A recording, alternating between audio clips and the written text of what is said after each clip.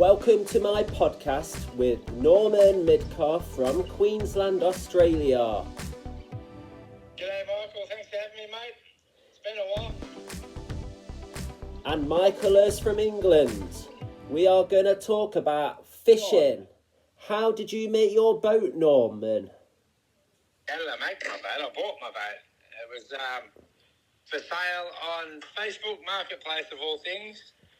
I think I paid $5,500 for it, and I've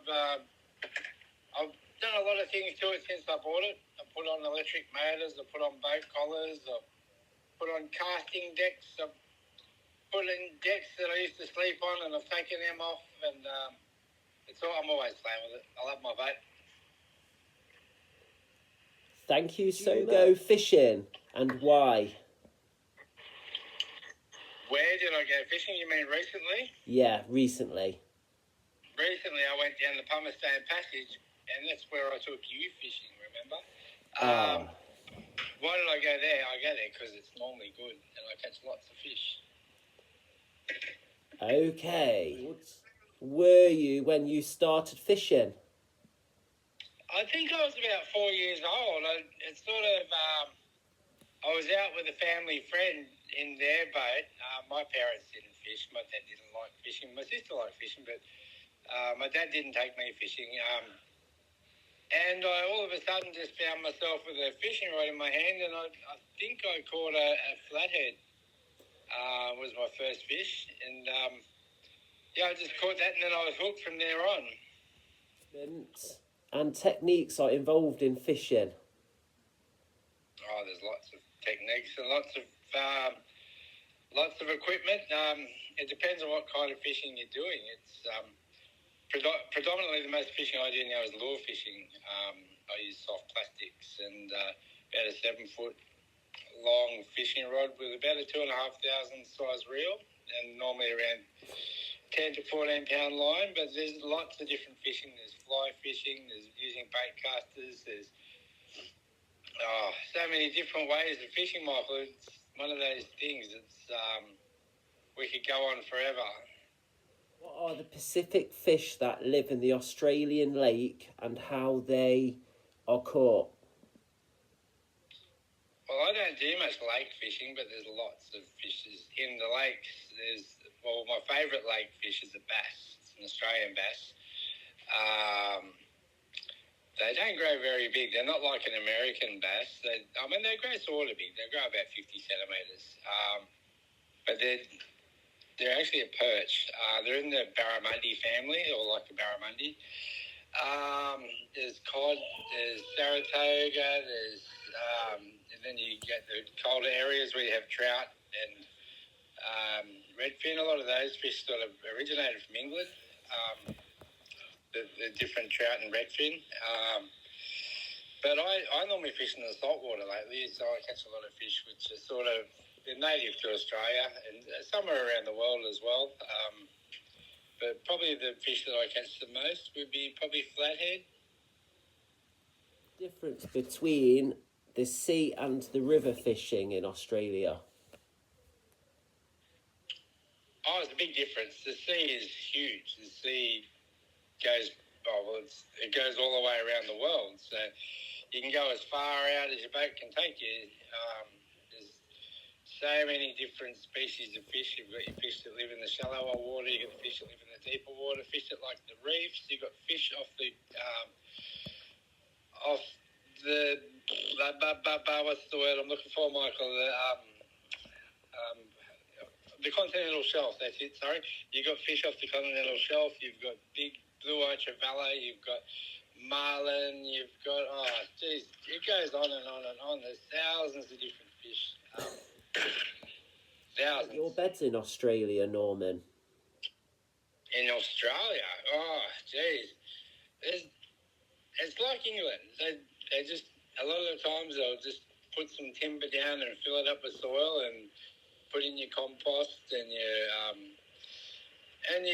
different germasoils over and fertilisers and all that stuff like you do over there. Because as you say, all the nutrients is in the soil. But the way I do it, I do that. I do have some garden beds, but not many. And most of them I just grow flowers or like ornamental plants in. But I've started growing vegetables, Michael, and I'm using different hydroponic techniques that I've picked up from the internet. And they seem to be good. Some things grow really quickly and really well, and then they get attacked by bugs and I lose them, which is, well, we had hail the other day, so some stuff got damaged by the hail.